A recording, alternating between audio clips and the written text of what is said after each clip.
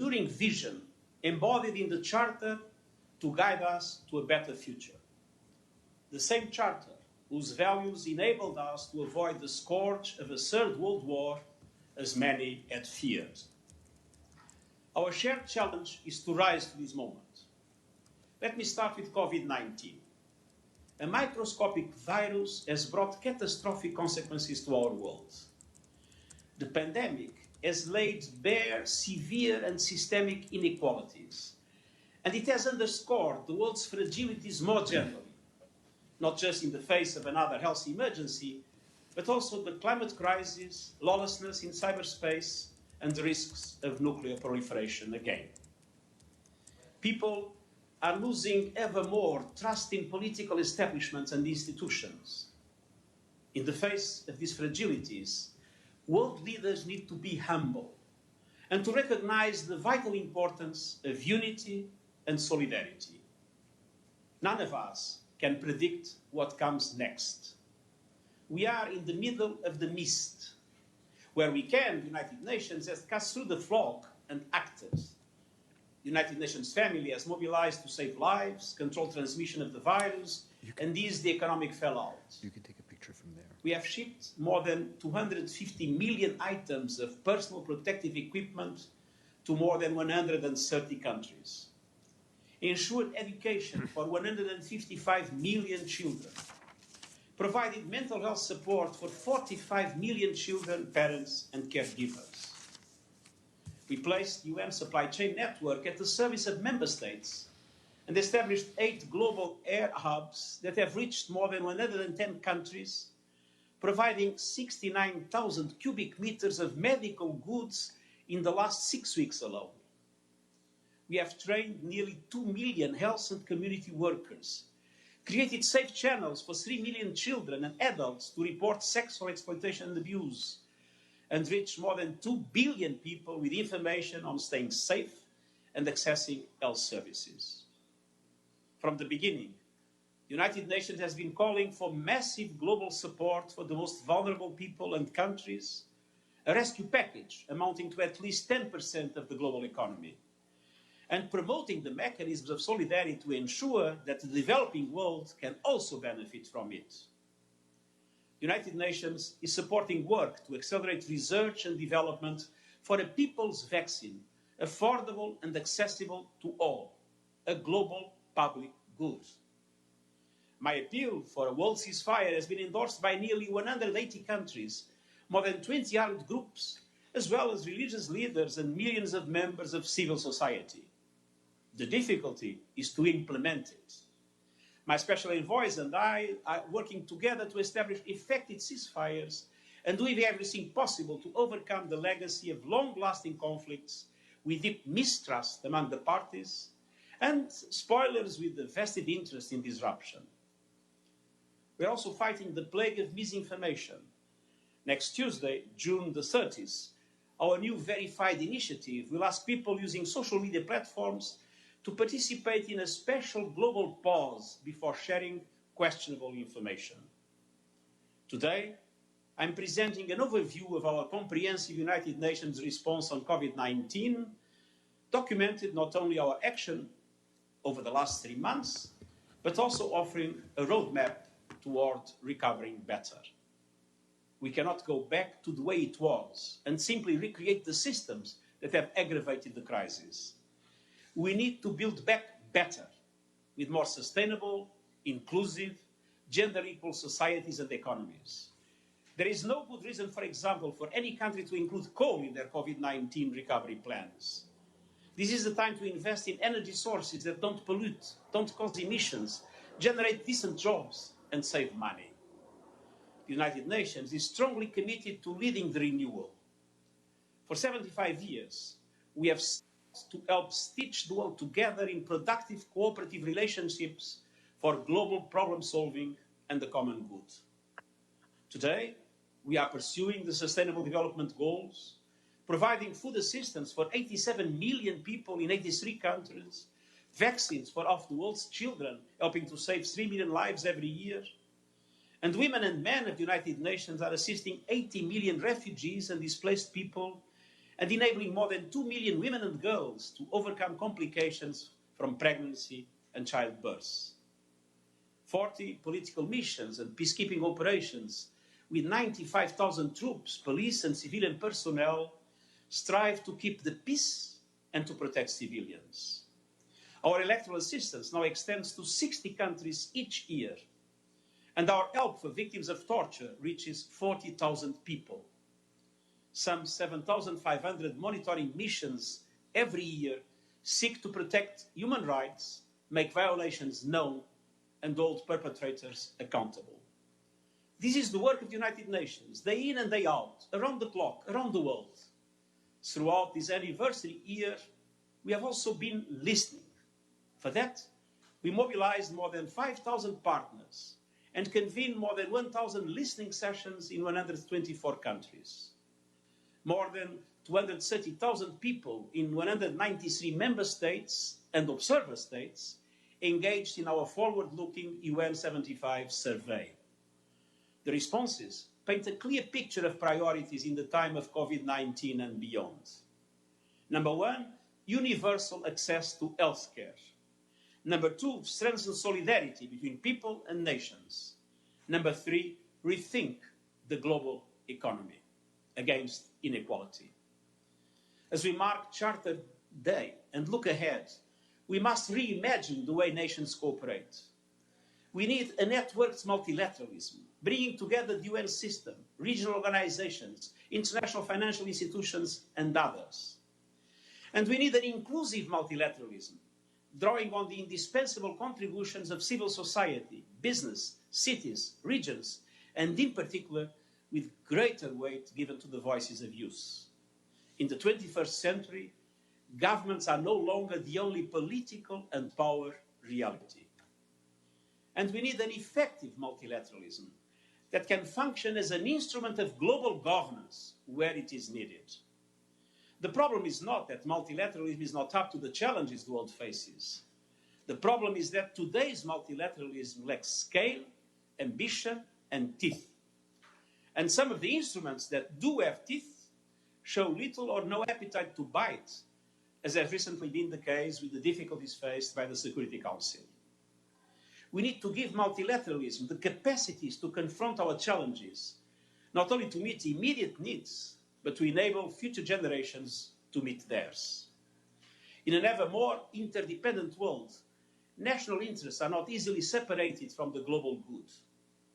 Shared values, shared responsibility, shared sovereignty, shared progress, these must be our guide and our goals.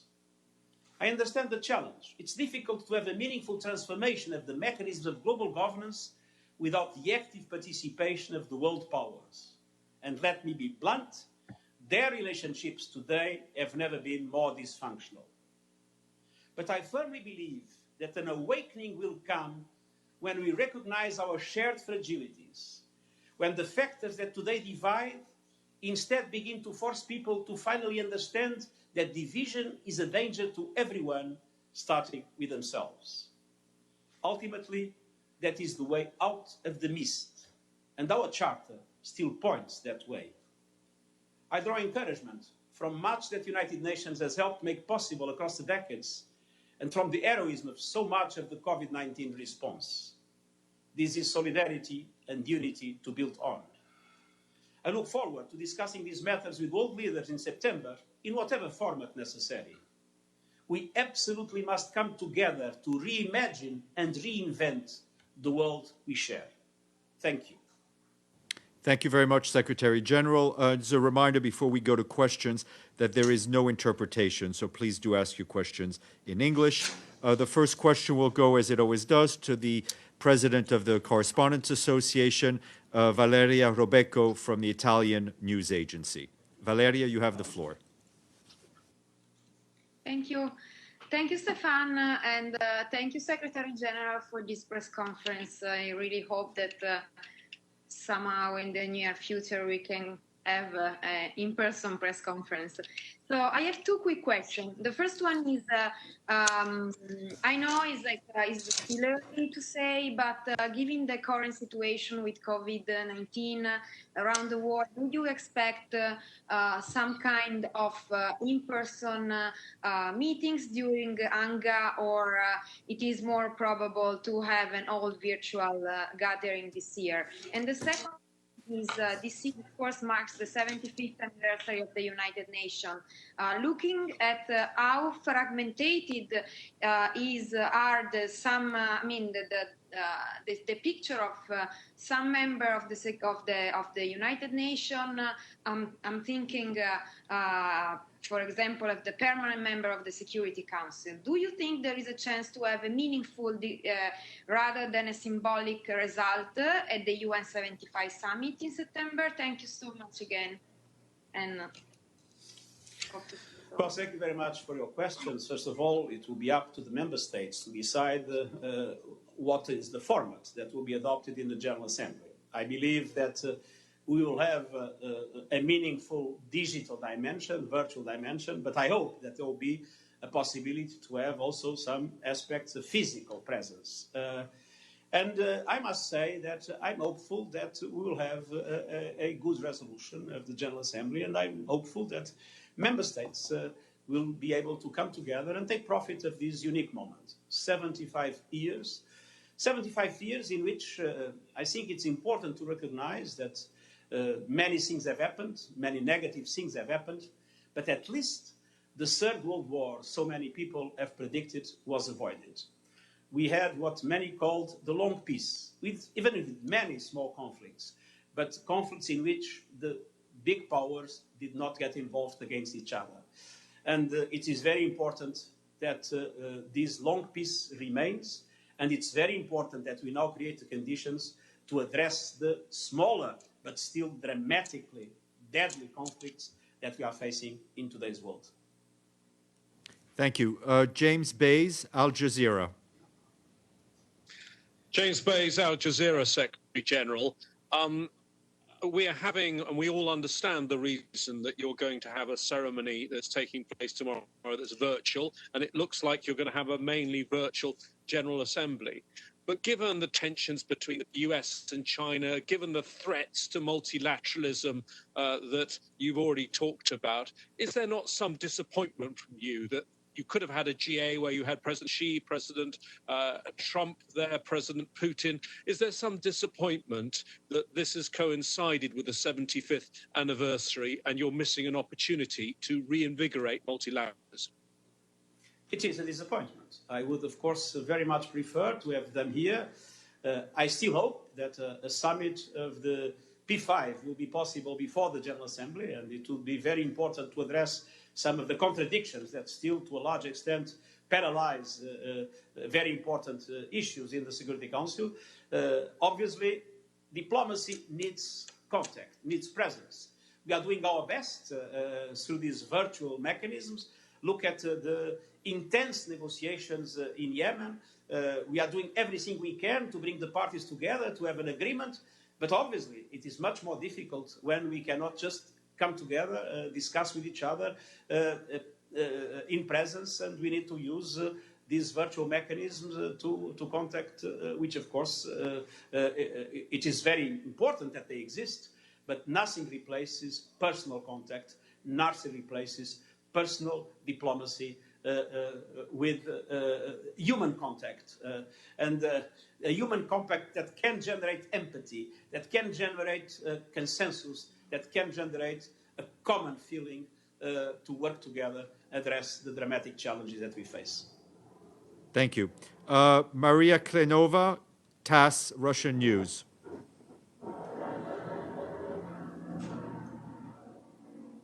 Thank you, Stefan, and thank you, Secretary General, for this press conference.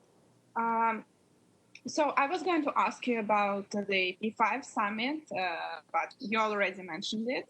So my question is about the just announced initiative. It was announced by American Secretary of State Mike Pompeo, and he said that US and European Union are going to have mutual bilateral dialogue, resist the threat of China. So how concerned are you that this is the kind of, using your metaphor, that this is the kind of multilateralism? Well, it is clear that we have today two situations. Sorry? Yeah, something interrupted. Sorry, I will just finish. That using a metaphor, this is the kind of multilateralism which actually bites, and this can threat the future of the United Nations. Thank you. Now, let's be clear. We live in a moment in which we face enormous challenges. It is my deep belief that, as I said, we can only face them with solidarity and unity. Obviously, there are enormous contradictions in today's world. There are countries with different systems, with different approaches to different areas of international affairs. But my opinion is that the fragility of the world today is such. The challenges and the risks that we face, from climate to pandemics, to nuclear proliferation, to the lawlessness in the cyberspace, are such that what needs to unite us must be more important than what divides us. And my wish, and that is why I believe a summit like the one I mentioned would be important, my wish is that the big powers will understand that independently of what divides them, they need to come together and mobilize the world to defeat the pandemic, to defeat climate change, to put some order in relation to the cyberspace, and at the same time to create the conditions for our recovery to be a recovery in which we build back better in a more sustainable and inclusive economy and society. Thank you. Majid Gli from Rudown Media Network.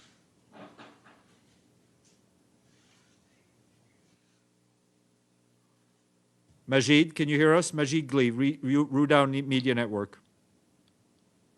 Yes, Stefan, can you hear me? Yes. Thank you very much.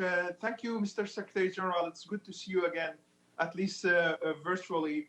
Secretary General, it's been more than a week since Turkey, backed by Iran, has launched a military operation into Iraq to what Ankara claims is targeting Kurdish rebels. In reality, Turkish airstrikes pounded Sinjar and areas where Christian and Yazidi minorities are still recovering from ISIS genocide back in 2014. Same Christian and Yazidi minorities that fled northeast Syria due to Turkish invasion last year are threatened by Turkey in Iraq. And following the airstrike, Turkey is now launching wide-ranging attacks into the mountains of Kurdistan. And Turkey is reportedly establishing dozens of permanent bases, neglecting Iraq's multiple official complaints to your office that Turkey is violating Iraq's sovereignty, and yet your office has been largely silent publicly. Is it okay for Turkey to take over territories from Iraq and threaten minority population of Kurdistan, just like it does in northeast Syria, where even UN is forbidden to deliver cross-border humanitarian assistance? Thank you.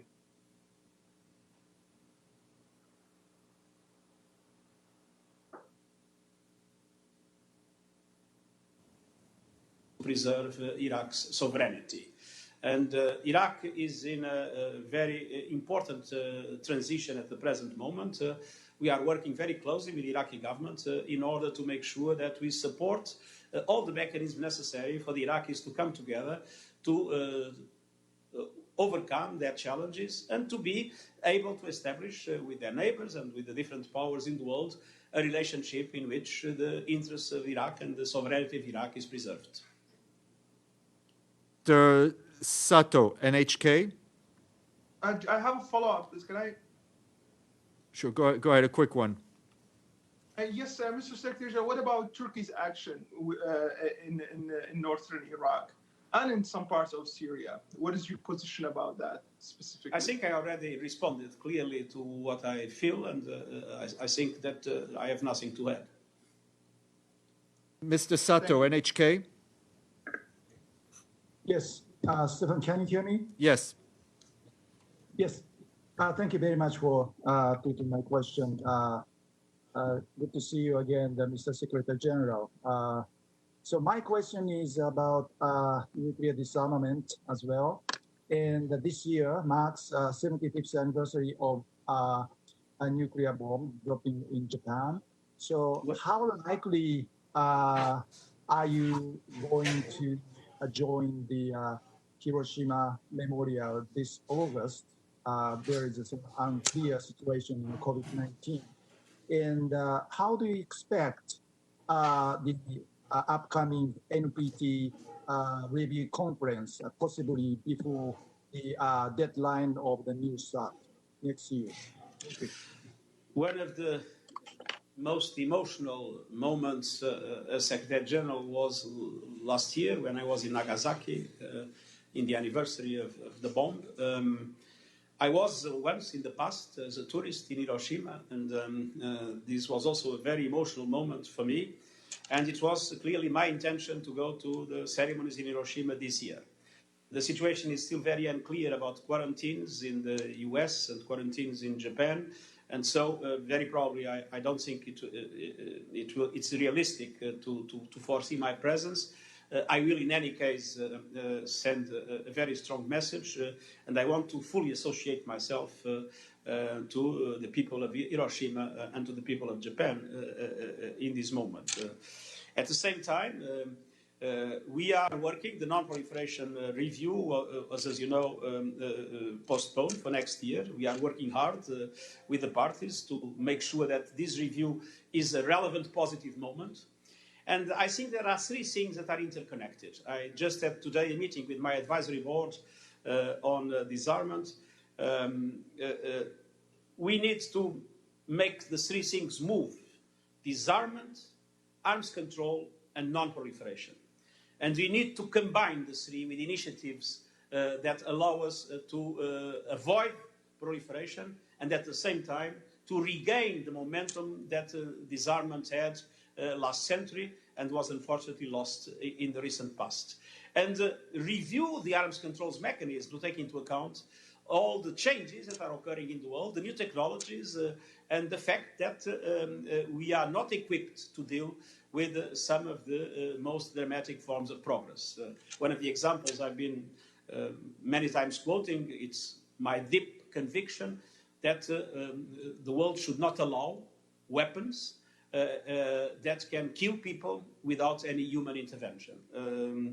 Automatic weapons should not be allowed. And there are other aspects that require a review and of a modernization of our arms controls mechanisms. And I see all the things together, and I hope it will be possible to have the non-proliferation review as a success. Thank you. Pamela Falk, CBS News. Thank you very much, Mr. Secretary General. Thank you, Steph. It's Pamela Falk from CBS News. It's nice to see you. The question is about your comment about dysfunctional relationships. Could you be more specific on if you're talking on who you're talking about? It seemed like you might be talking about the P5 at the Security Council, or also about some conflicts that haven't been resolved, from the Middle East to Yemen to Iran, Iraq, a lot of them. What do you mean dysfunctional? And on arms, just a little bit of a different arms control that you just mentioned. The U.S. met with Russia on arms control. The New START treaty is about to expire, and tried to get China into a new framework, and it didn't work on that front. Are you worried about arms control relationships and treaties and not being as functional as they were in the past? Thank you. Well, I think that we have two main nuclear powers. There are other nuclear powers, but there are two main nuclear powers, the United States of America and the Russian Federation. And you have the two biggest economies in the world, the United States and China. And if there are relations that are very dysfunctional today, are exactly those relations. And obviously, we see the implications of that in a moment where, in my opinion, we need to mobilize the whole world to defeat COVID-19, to defeat climate change, to put order in the cyberspace, and to guarantee that nuclear proliferation does not represent a new risk that can be avoided. And obviously, answering the second part, I am concerned with the fact that some of the instruments that were defined last century are being put into question, and that the progress that was made last century in relation to disarmament and arms control is seriously put into question. And I hope that this trend can be reversed sooner rather than later. Thank you. And on dysfunctional, what can you be more specific? Thank you. Well, the truth is that I think I've spoken several times about it. I think there is today a risk that instead of having a global economy, we might move into two global spheres with different rules, with different internets, with different trade mechanisms, with different dominant currencies, and then eventually with different artificial intelligence strategies, with different military and geostrategic positions. And I would recall that Thucydides, when he spoke about the war between Sparta and Athens, that created the so-called Thucydides trap. I'm not saying that we are moving into a war. I'm just saying that to avoid confrontations in the future, it's important that people invest in mending the relations today, overcoming the divisions, and finding common ground to address the huge challenges the world is facing. Are the U.S. and Russia, China, Sparta and Athens? Sorry? I didn't understand. Is your reference to Sparta and Athens a particular reference to U.S. and Russia? No. I mean, it's in this case, it was a reference to the U.S. and China. I mean, when we speak about the Thucydides trap, the Thucydides trap can be translated into a sentence. It was the rise of Athens and the fear that triggered in Sparta that made the war inevitable. Now, I believe the war is not inevitable. I don't think Thucydides was right. But if we want to avoid wars in the future, we need to invest in making relations functional in the present. Benny Avni? Benny? Go ahead. Benny, we can't... Go Mr. ahead. Secretary General, is it me? Go ahead. Yeah, Mr. Secretary General, after Russia annexed Crimea, your predecessor, Ban Ki-moon, issued a fairly mild statement, pretty much calling on everybody to get together and talk. I didn't even mention Russia by name. By contrast, yesterday, you issued a fairly sharp rebuke to Israel even before it actually announced what parts of the West Bank, if any, it plans to apply sovereignty to. Can you explain the difference? For me, there is no question. I mean, we are clearly in favor of the territorial integrity of the Ukraine, and we have never recognized what has happened in Crimea. And we have said what we have said yesterday because exactly we want to prevent an annexation that, in our opinion, would be in the Middle East a factor that would undermine the regional stability and the perspectives of peace between Israelis and Palestinians that remain our key objective. Mohsen Teradze from Iran News Agency. Thank you, Stefan. Thank you, Mr. Secretary General. My question is given to your ninth report regarding Resolution 2241. It seems the U.S. is trying to use this report to undermine and even destroy the JCPOA. I'm terribly sorry. The connection is not good. I'm not being able to understand what you say. The question is on... Do you mind doing it again and speaking very slowly? And we are trying to put it louder here. Okay, sure. Given to your ninth report regarding the Resolution 2231, it seems the U.S. is trying to use this report to undermine and even destroy the JCPOA, which is clearly against your multilateralism goal. What is your reaction about that? Thank you. Well, our position in relation to the JCPOA has always been the same. We consider the JCPOA was a very important step forward in relation to the questions of nuclear proliferation, and we still believe that everything must be done in order to make sure that the JCPOA is not destroyed. Frank Cucciardo, TRT World.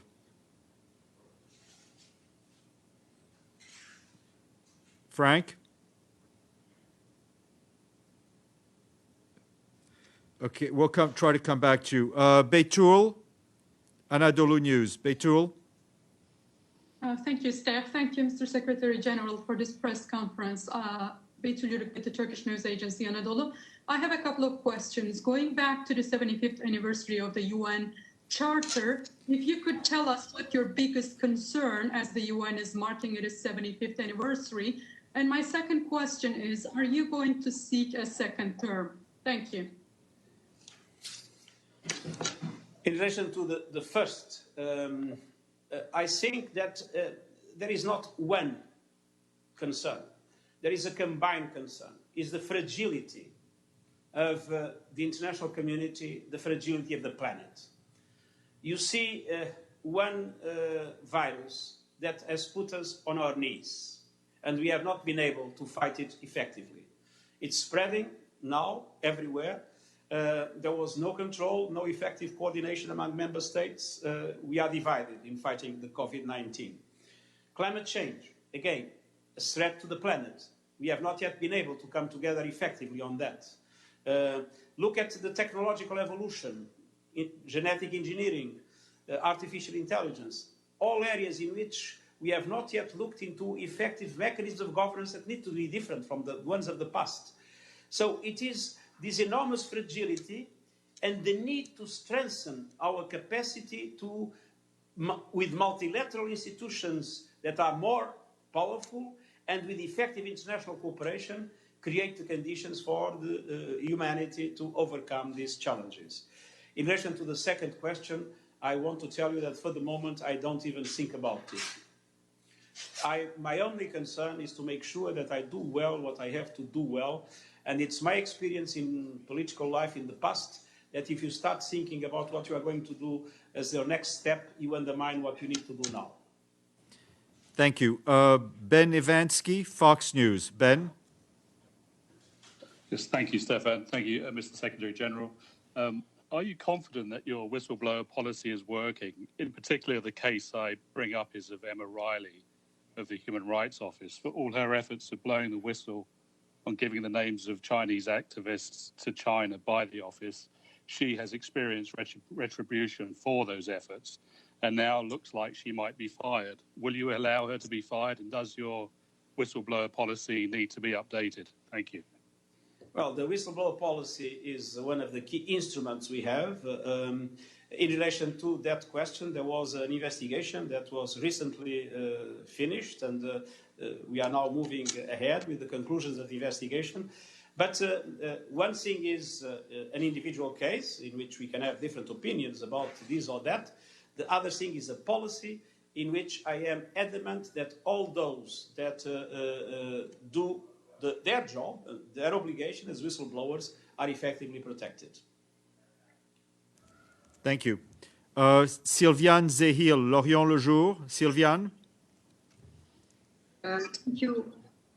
Thank you, Mr. Secretary General. This is Sylviane Zehir from L'Orient Le Jour.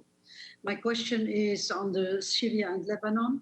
The Caesar Act implemented on June 17 against the regime of Bashar al-Assad has repercussions on the serious financial and economic crisis in Lebanon. And today, President of Lebanon says the civil war climate is looming over the country. What can the U.S. do to come to the rescue of Lebanon to help it get out of the financial pit and its consequences on the economy, institutions, and education, since many schools and universities are closing their doors? Is the presence of Syrian refugees in Lebanon a factor of concern since the country's resources are absorbed by such a presence? And Sound cut off.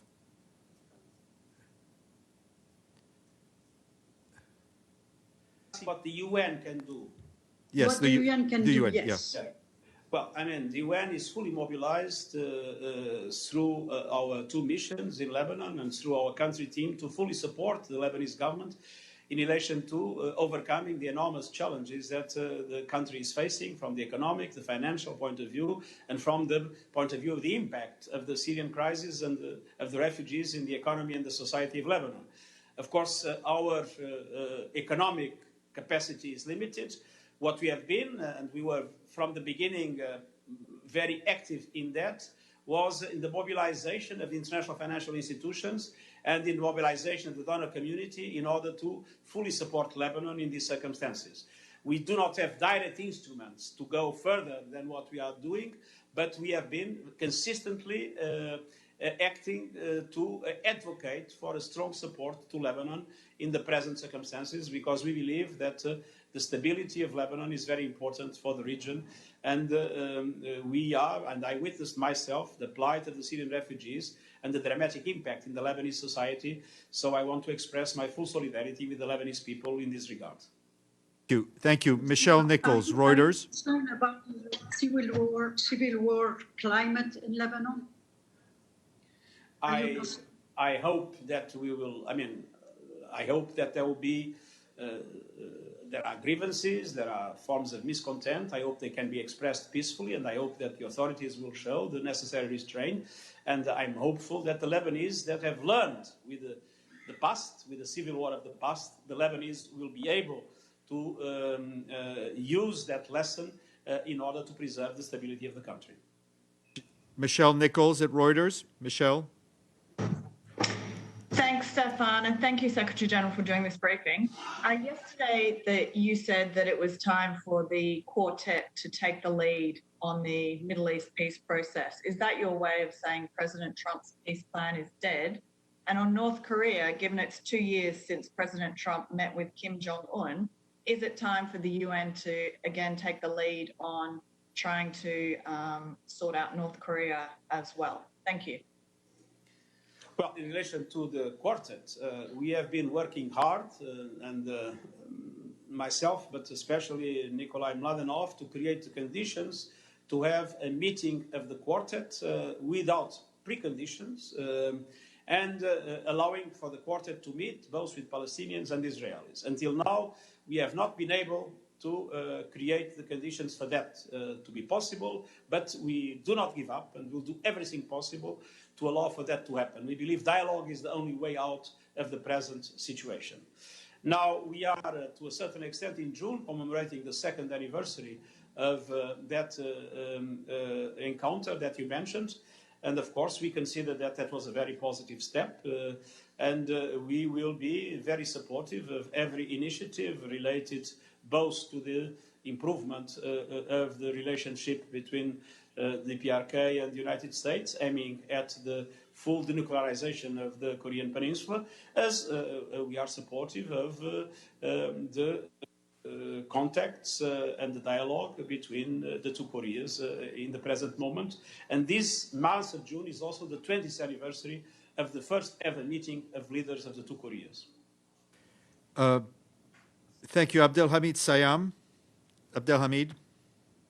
Thank you, Mr. Secretary General. My name is Abdelhamid Sayam from Al-Quds Al-Arabi. My question is about the crisis now between Egypt, Sudan, and Ethiopia. As you know, the crisis has been brewing for some time, and the UN kept a low profile. There is a meeting of the Security Council on Monday, as far as I understand.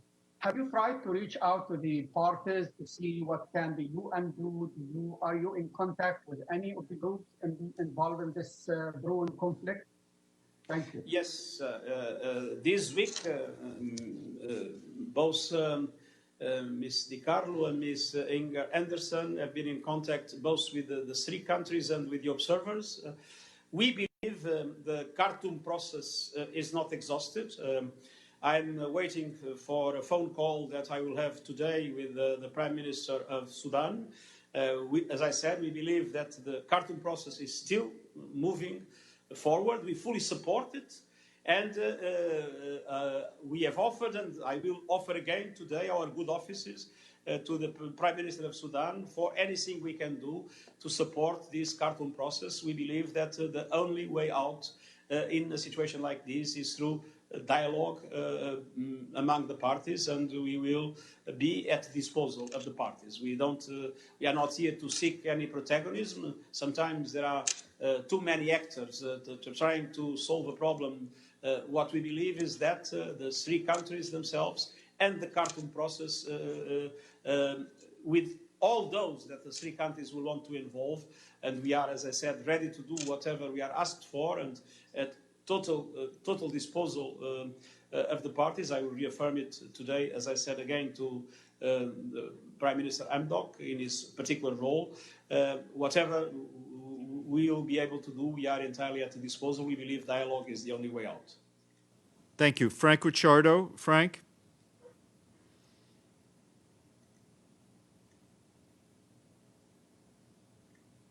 Frank, can you hear us?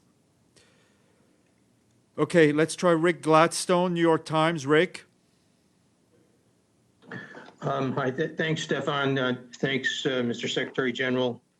The President of the General Assembly said the other day that most of the world leaders are going to be speaking via virtually at the General Assembly. This also affords an opportunity for leaders who have never been physically there to speak. Thinking of the President of Syria and the leader of North Korea, would you welcome their attendance at this virtual General Assembly? Thank you. Well, I believe that all states that are members of the UN have the right to participate in all the UN activities. And obviously, if leaders speak, all leaders are entitled to participate. It's up to them to be able to do it. Obviously, if there is a virtual mechanism, and probably it will be the only possible if we think at the number of delegations and the number of members of each delegation, independently of the physical presence in the plenary that can be maintained thanks to the delegations that exist in New York. But it's difficult to envisage the possibility of such a large flow of people as we had in the past. It's up to member states to decide in the end what the mechanism will be implemented. But if there will be a virtual mechanism, of course, all heads of state and government are entitled to participate without any exception. Thank you. Benno, DPA, German Press Agency.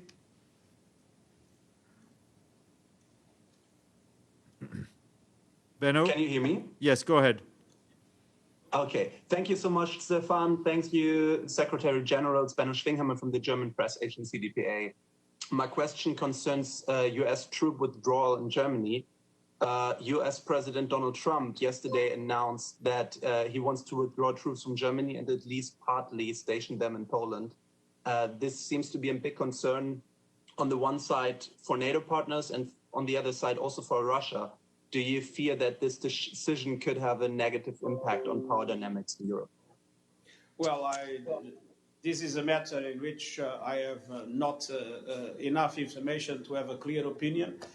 This is a matter to be decided among, this is an alliance that is relevant for this purpose. It's among the members of the alliance to decide how this will be done. Ali Barada. Ali, go ahead. General, for doing this. My name is Ali Barada from France 24 and the Sharq al-Awsat newspaper. First question is that despite your repeated calls and the reforms that you've been carrying since you became a Secretary General at the UN, it seems that the UN looks irrelevant to what's going on in the crisis in the world. The UN hasn't been able to mitigate the problems mainly in the Middle East, even when there was and still a common threat for humanity, COVID-19. As we just mentioned, the UN was not able to put all the countries together to take a unified position. Do you think that the UN needs to more fundamental reforms than that you are carrying? Thank you. Well, I think it's important to recognize that the UN and all other actors involved have until now failed in relation to the Middle East crisis, but there are many achievements that the UN and the international community as a whole have managed during this period of 75 years. The most important is that there was not a confrontation among the big powers, as it was the case. If you remember, there were two world wars in the first half of the century, and since then, no major confrontation among world powers. There is no other period in history in which the same has happened. So there are many things that I believe the UN can be proud of. And I mentioned many aspects related to humanitarian action. I mentioned peacekeeping operations. I mentioned many crises that were solved, prevention of conflicts that have happened. I mean, our involvement in electoral processes has helped. Last year, many elections were supposed to generate a conflict, and it wasn't the case. So I'm not so pessimistic about the capacity of the UN, but it is true that we live in a world where power relations are unclear, where many spoilers are involved in several conflicts, and it's very difficult to mediate them and to solve them. It is true. And this is the reason why I've been saying that I believe we need a multilateralism, but a multilateralism that is networked and inclusive, but also that is strengthened, that is able to have its role in global governance, where that governance is needed, and that has teeth and the ability to use them. And that, of course, needs reforms, and reforms that can only be possible if countries can come together and agree on shared responsibilities, shared sovereignty, shared strategies. And we know that this is difficult, but we know that the challenges we face are such that I hope that this wake-up call of COVID-19 will help us, after the difficulties of the present moment, will help us to finally come together and understand the needs of change and the needs of reform. Thank you. Last question to Errol Abdovich. Errol? Errol? Again, from my microcosmos of the world, since COVID-19 prevented you to go to Srebrenica, as you told me in February, what you plan to do? Are you in contact with the Bosnian diplomats?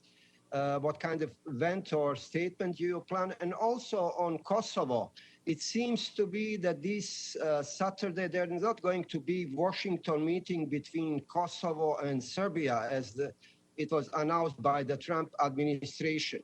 The Trump administration was about to deal with the economic side, European Union with the political side. What would be the role of the United Nations in that negotiations? Thank you. Well, first of all, in relation to the last question, we are here to support. The European Union has had leadership, as you know, in relation to that aspect. We are here to support. We have a mission there, and the mission plays its role. But we do not intend to dispute leadership in relation to this process. We are here to support the process, and we hope that the process will be able to move forward. In relation to the first question, it's a very emotional issue for me. I'm terribly sorry I will not be able to be there. It was my intention to be there. I think that this is one of the most tragic moments in the history of Europe and in the history of the UN.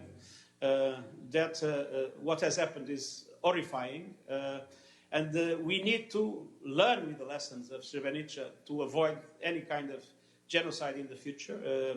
I think it's very, very important, that we celebrate it with all the means at our disposal. We will do it as much as we can, and this is something I will never forget.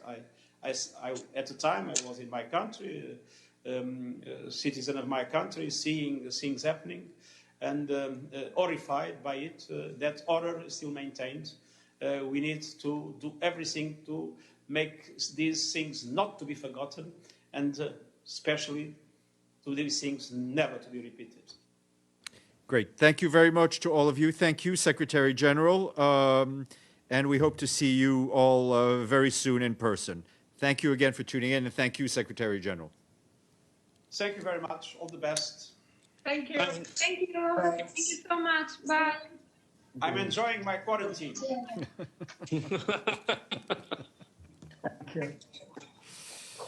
All right.